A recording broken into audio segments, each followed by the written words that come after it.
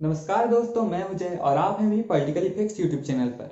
दोस्तों, आज हम जानने वाले हैं कि स्कैम होता क्या है और 1992 में जो हर्षद मेहता ने स्कैम किया था वह उन्होंने कैसे किया था। तो पूरी बात जानने के लिए मेरे साथ बने रहिएगा अंत तक। तो चलिए शुरू करते हैं। इन जनरल स्कैम उस चीज को कहते हैं जब कोई सिस्टम का गलत फायदा उठाकर दूसरों की संपत्ति को छीन लेता है या फिर दूसरों की संपत्ति को गलत तरीके से अपने फायदे के लिए यूज करता है, तो उसे स्कैम कहा जाता है। आज हम जानने वाले हैं कि 1992 का स्कैम, जिसके ऊपर 9 अक्टूबर 2020 को एक वेब सीरीज भी रिलीज हुई थी, स्कैम 1992, वह कैसे किया गया था। 1992 का स्कैम हर्षद मेहता द्वारा किया गया था, जो कि 1990 के जमाने के जाने माने स्टॉक और मनी मार्केट ब्रोकर थे। दरअसल होता क्या था कि उस समय के मार्केट सिस्टम में कुछ खामियां थी, जैसे कि गवर्नमेंट बॉन्ड्स और सिक्योरिटीज के लेन देन में ऑनलाइन सिस्टम का उपयोग नहीं किया जाता था और इन सारे कामों के लिए ब्रोकर्स की जरूरत पड़ती थी। हर्षद मेहता ने मार्केट की इसी लूपहोल का फायदा उठाया। उस समय क्या था कि रिजर्व बैंक के एक नियम के मुताबिक सभी बैंकों को निश्चित तिथि के अंतर्गत कुछ गवर्नमेंट बॉन्ड्स लेने पड़ते थे और जो बैंक जिस बैंक से गवर्नमेंट बॉन्ड्स खरीदता था वह बैंक उस बैंक को सिक्योरिटीज देता था। सिंपल भाषा में कहें तो एक बैंक दूसरे बैंक को पैसे देकर उनसे सिक्योरिटीज खरीदता था। लेकिन अब हर्षद मेहता ने इसे अपने फायदे के लिए कैसे यूज किया, आइए जानते हैं। मान लीजिए कोई बैंक ए है जिसे सिक्योरिटीज चाहिए, तो अब इसके लिए उसे किसी मनी मार्केट ब्रोकर की जरूरत पड़ेगी। अब मान लीजिए उन्होंने हर्षद मेहता को इस काम के लिए चुना, तो अब हर्षद मेहता क्या कहेगा उनसे कि आप मुझे 100 करोड़ दे दीजिए, मैं आपके लिए सिक्योरिटीज अवेलेबल करवाता हूँ। ठीक, तो अब हर्षद मेहता क्या करना था कि वह बैंक बी के पास जाता और उनसे सिक्योरिटीज खरीद कर लाकर बैंक ए को दे देता। लेकिन हर्षद मेहता ऐसा करता नहीं था। वह क्या करता था कि हर्षद मेहता क्या करते थे, ये सिक्योरिटीज के लिए पैसे अपने अकाउंट में ट्रांसफर करवाते थे और ये पैसे मामूली नहीं थे, ये करोड़ों में होते थे। ठीक, और यह वो कैसे करवाते थे कि यह बैंक को लालच देते थे कि आप मेरे अकाउंट में ट्रांसफर कर दीजिए, आपको 2 हफ्तों के बाद सिक्योरिटीज भी मिल जाएंगी और मैं आपको इसके लिए कुछ इंटरेस्ट भी पे कर दूंगा। और लालच के चक्कर में आकर बैंक भी हर्षद मेहता के अकाउंट में पैसे ट्रांसफर कर देती थी। अब हर्षद मेहता बैंक बी के पास जाकर उनको सिक्योरिटीज के लिए पैसे नहीं देते थे, बल्कि बैंक बी के कुछ भ्रष्ट अधिकारियों के द्वारा फेक बीआरस बनवाते थे। बीआरस क्या होते हैं? ये एक प्रकार के बैंक रिसिप्ट होते हैं जिनसे बैंक ए को आश्वासन मिल जाता कि आपको सिक्योरिटीज 1-2 हफ्तों के बाद मिल जाएंगी।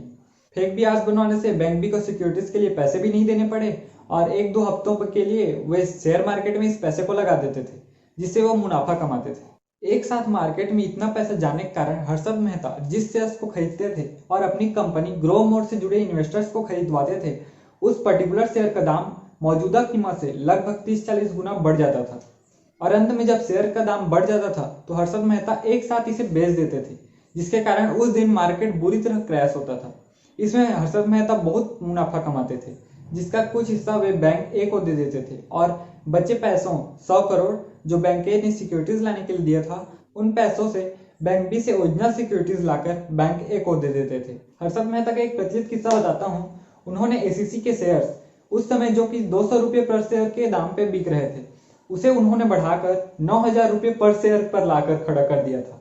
हर्षद मेहता काम तो बढ़िया चल रहा था, लेकिन वे पकड़े कैसे गए, आइए इसे भी जानते हैं। एक बार हर्षद मेहता ने स्टेट बैंक ऑफ इंडिया के लिए सिक्योरिटीज लाने के लिए उनसे 500 करोड़ रुपये लिए और इन पैसों को शेयर मार्केट में इन्वेस्ट कर दिया। इसी समय क्या हुआ कि ब्रोकर्स का हड़ताल चालू हो गया, जिसके कारण कुछ दिन के लिए बॉम्बे स्टॉक एक्सचेंज बंद हो गया। इसके कारण शेयर्स के दाम बढ़ने पर हर्षद मेहता उन शेयर्स को बेच नहीं सके और इनके विरोधियों ने भी शेयर मार्केट में ब्रोकर्स का हड़ताल खत्म नहीं होने दिया, जिसके कारण हर्षद मेहता निश्चित डेट के अंदर एसबीआई को सिक्योरिटीज अवेलेबल नहीं करा सके। इन सभी बातों की जानकारी आरबीआई को हुई और आरबीआई ने इसके जांच के लिए विशेष कमेटी गठित की। इस कमेटी के रिपोर्ट आने के बाद हर्षद मेहता को अरेस्ट कर लिया गया और जब लोगों को यह पता चला कि ग्रोमोर कंपनी द्वारा सुझाए गए स्टॉक्स में बढ़त फर्जी है, तो इन्वेस्टर्स ने एक साथ सारे शेयर्स को बेचने की कोशिश की, जिसके कारण share market BSE Bombay stock exchange, जो कि उस समय 4500 की रेंज में था, वह गिरकर 2500 की रेंज में आ गया।